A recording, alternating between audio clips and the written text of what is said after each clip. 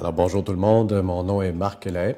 J'ai été demandé par Madame Thérèse Richard, qui pour le diocèse de Trois-Rivières, une de ses responsabilités, c'est d'accompagner dans les équipes de paroisse qui s'occupent des liturgies, c'est-à-dire les messes et célébrations du dimanche, qui ne sont pas des messes, mais des assemblées dominicales autour de la parole de Dieu.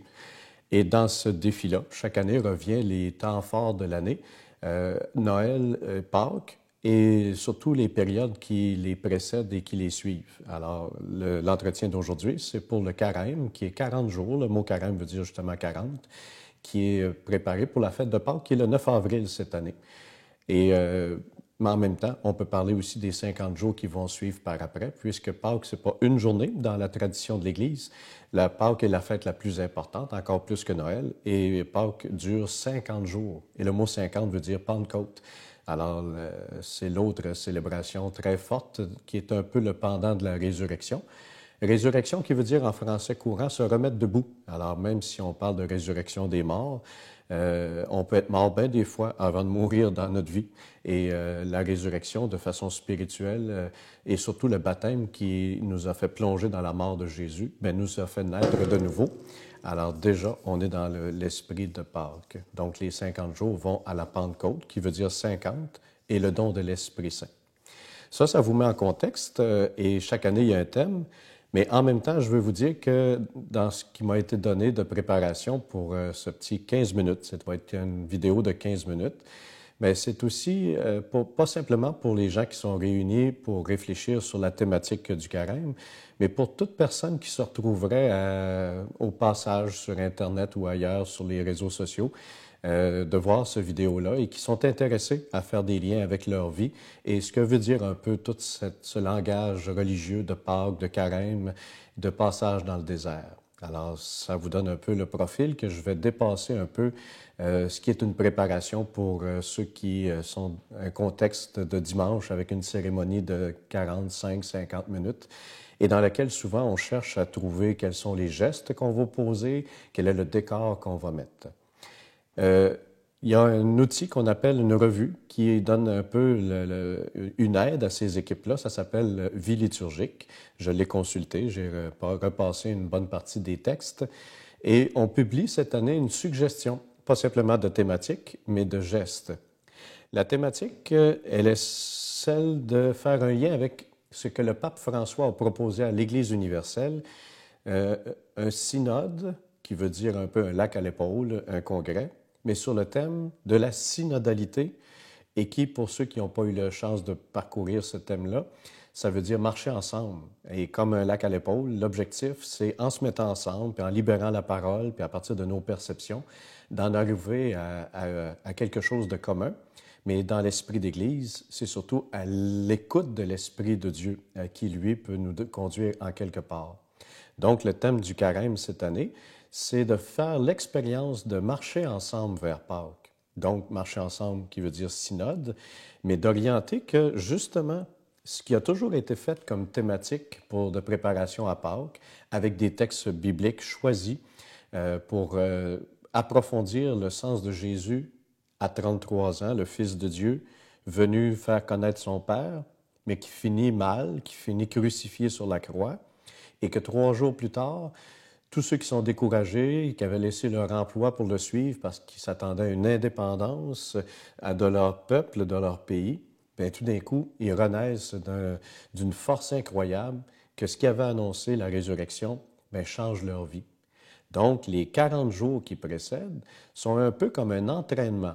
Comme on a des entraînements pour le corps, pour se remettre en forme physiquement, parce que souvent on s'aperçoit que, ouf, j'ai pris une distance puis il est temps que je m'y remette, mais la dimension spirituelle, la tradition d'Église suggère aussi que le carême, les 40 jours, soit un entraînement qui commence avec le mercredi des cendres. Et l'entraînement, il est surtout vu dans la recherche de ce que la parole de Dieu, les textes bibliques, sont capables d'imprimer de réflexion et de recentrement sur notre vécu pour réfléchir et prendre des nouvelles décisions et de regarder notre monde, regarder notre vie autrement. Alors donc, le synode, qui veut dire marcher ensemble, veut imprimer que c'est pas simplement un synode sur la synodalité pour l'ensemble de l'Église, dans des choix où l'Église essaie de marquer une tradition dans laquelle on a 2000 ans d'histoire, puis qu'on a dans une richesse d'enseignement. Mais comme le pape le dit et le répète sans arrêt, le changement il est non seulement nécessaire, mais il est plus que normal, et c'est dans le changement qu'arrive aussi une actualisation de cette tradition-là pour être capable, dans des décisions, de vivre ce que Dieu souhaite, sa volonté, et avec l'aide de l'Esprit Saint. On fait des liens entre tout ça. Le carême permet de penser que ce synode sur la synodalité n'aura pas un point de conclusion en octobre 2023 à Rome, commencé en 2021, en disant que maintenant on a un rapport, puis que là, on sait ce que ça veut dire.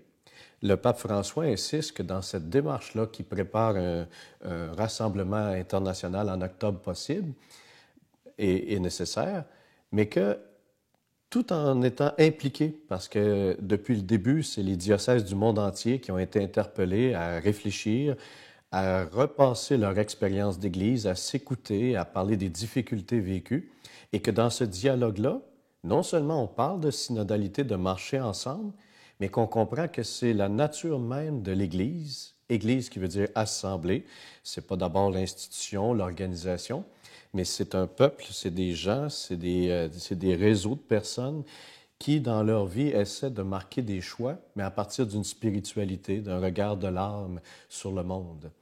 Et qu'ainsi, toute cette démarche de synodalité-là prendra pas fin en octobre 2023, après le rassemblement qui termine une espèce de processus, mais que même les textes finaux vont dire que l'Église doit continuer et d'être toujours dans un processus jamais fini, comme notre vie, où est-ce qu'à chaque année, on pense que là, maintenant je comprends, là je vois, là c'est clair dans ma tête.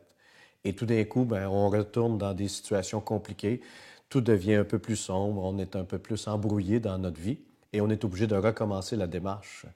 Alors, la synodalité, c'est pour pas rester un peu tout seul, mais ensemble avec d'autres personnes, puis à partir des lectures bibliques, et le carême devient, dans cette recherche de sens, à partir des textes bibliques qui ont été choisis pour mettre en lumière l'importance de ce qu'est la mort de Jésus sur la croix et le don de sa vie et la résurrection, mais comment ça l'imprime toute notre vie.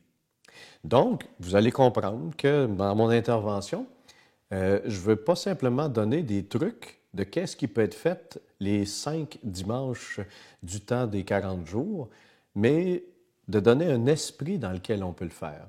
Vie liturgique suggère, comme vous êtes habitués, les équipes liturgiques, qu'est-ce qu'il y a dans le décor? Un petit arbre qui porte des bourgeons et qu'un des dimanches, avec la Samaritaine qui reçoit Jésus et qui, sur l'heure chaude de l'été, porte ses cruches et qu'elle demande à Jésus, c'est Jésus qui lui demande « Donne-moi à boire », mais que ce dimanche-là, on arrose les bourgeons, la branche d'arbre, pour marquer que dans le processus, il y a de la vie, il y a une fécondité possible.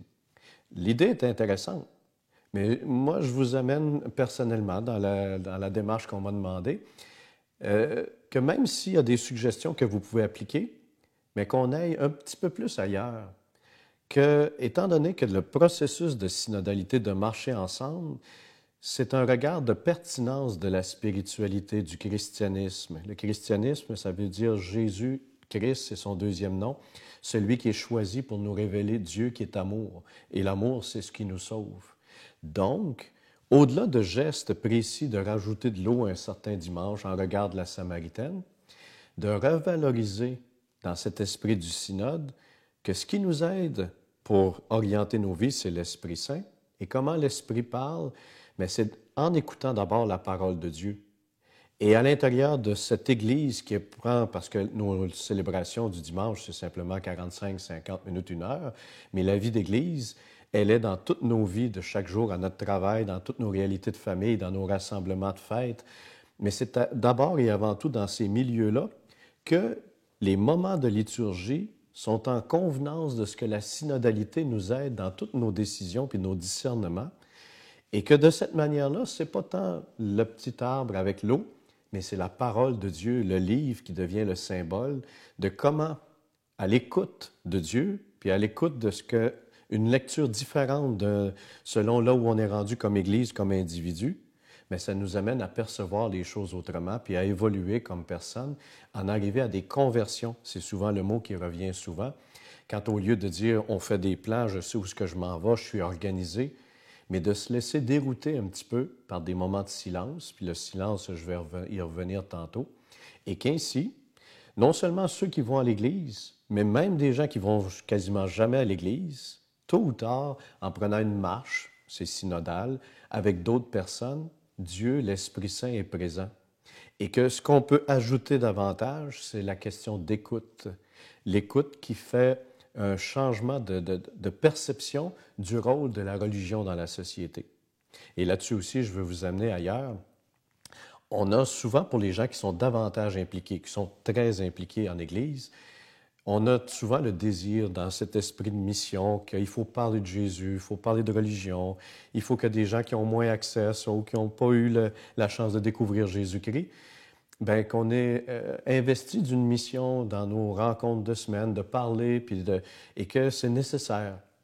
Évidemment, le besoin peut exister, puis selon nos capacités, il y a des moments où est-ce qu'on peut répondre. Quand les gens nous posent la question, puis qu'ils veulent savoir, bien, évidemment, d'essayer, selon nos ressources, de partager un peu ce qu'on a vécu, notre expérience, et d'amener un partage. Mais la réflexion de la synodalité, elle nous amène à un changement de paradigme, pour utiliser un grand mot, que notre rencontre des autres, elle est davantage, non pas pour essayer de dire des choses, de faire connaître la religion, de faire connaître Jésus, d'évangéliser dans le sens de débarquer dans la vie des gens en parlant à la raison, à la tête ou en parlant au cœur pour faire découvrir Jésus, mais que la plus belle façon dont l'Esprit fait son chemin dans le cœur de tout le monde, c'est d'abord d'être à l'écoute des autres. Et autant quand on sera le dimanche à écouter la parole de Dieu, mais que dans la semaine, quand on marche avec d'autres, quand on est à un repas de famille, puis qu'on est en train de déterminer un petit peu ce que l'on vit, bien que l'Esprit Saint nous amène, surtout en écoutant les autres, et qu'on pose des questions à l'autre. Qu'est-ce que tu as appris avec la situation dans laquelle tu as vécu un moment pénible? Puis en écoutant la réponse, mais qu'il y a quelque chose qui nous amène ailleurs qu'avant cette rencontre-là. Et c'est dans ce sens-là que le carême, au lieu d'avoir simplement un thème et des sous-thèmes à chaque dimanche, nous interpelle, je pense, que la parole de Dieu soit mise en valeur dans une procession et le livre, puis après avoir fait la lecture, et surtout de valoriser des temps de silence. Et j'ai sorti des pensées qui, pour un dimanche à l'autre, sur la valeur du silence. Le silence qui permet d'écouter Dieu, d'écouter l'Esprit, et même dans des rencontres avec d'autres, qu'on développe cette qualité d'écoute où est-ce que notre âme a besoin de ça. Je vous en nomme quelques-uns. Le silence est l'ami le plus sincère. Dès que tu l'écoutes, il te prend dans ses bras. C'est de Radmou. Le silence est l'éloquence du sage. De Augustin Branco. Parfois, le silence peut être comme un tonnerre. De Bob Dylan. Et c'est contradictoire, mais ça dit comment ça peut réveiller chez nous à l'écoute de l'esprit et à l'écoute des autres dans ce qui nous amène. Le silence est l'antichambre de la sagesse, de Didier Baquet. C'est par le silence d'une absence que l'on mesure l'importance d'une présence, de Lionel Lacaze. Un autre, c'est dans le silence qu'on se dit certaines vérités. Ça, c'est de Taha Hassan Ferhat. Le silence est la musique de l'âme de Swami Sivananda. Le silence est à l'âme ce que le sommeil est au corps et qui est nécessaire. Une qu'on connaît tout le monde bien, la parole est d'argent, le silence est d'or, mais Akasimandou, j'espère que je le dis comme il faut, dit la parole est d'argent, le silence est d'or et la discrétion est de diamant. Puis j'en ai sorti deux autres. Tout ça pour dire que pour moi, au-delà de ce qui vous est donné comme geste et symbole à poser, mais que ce carême-ci, on soit attentif à l'essentiel du synode. C'est l'esprit qui nous conduit ailleurs. Et que, avant même de commencer et d'essayer d'avoir une argumentaire dans les échanges d'idées, d'être dans la disponibilité puis dans l'écoute. Et surtout, qu'avec la parole de Dieu, il y a de ces moments de silence. Et surtout dans nos liturgies, on a peur, mais de les annoncer, ces moments de silence-là, de les cultiver et d'être capable aussi, au-delà de ce qu'on a comme messe de façon et d'assemblée dominicale, de découvrir d'autres occasions. Peut-être que dans certains cas, vous avez des petites assemblées que c'est possible, mais d'avoir des occasions, comme quand on marche puis on jase entre nous autres, d'avoir un souper. À la TUC, on fait un souper des endeuillés, puis on dit à chaque fois, pour rendre les gens à l'aise, personne n'est obligé de parler, puis vous pouvez venir juste pour écouter. Mais une fois qu'on se met à parler et qu'on prend un temps où on dit à tout le monde, c'est chacun notre tour, puis quand une personne parle, on la laisse parler, mais tout d'un coup, ça nous fait tellement de bien à la fin. Mais c'est dans ce sens-là que dans nos églises, mais surtout en dehors des églises, mais là où est l'Église, c'est-à-dire le peuple de Dieu, là où on vit nos expériences et qu'on apprend et qu'on pose la question toutes les semaines, suite à un dimanche, puis qu'on a écouté Jésus qui va dans le désert, la rencontre de la Samaritaine, qu'on rencontre les gens sur notre route, puis qu'on dit, qu'est-ce que tu as appris de la vie?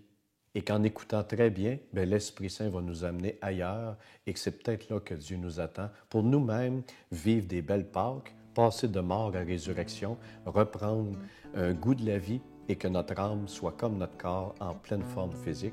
C'est ce que je nous souhaite, c'est ce que je vous souhaite.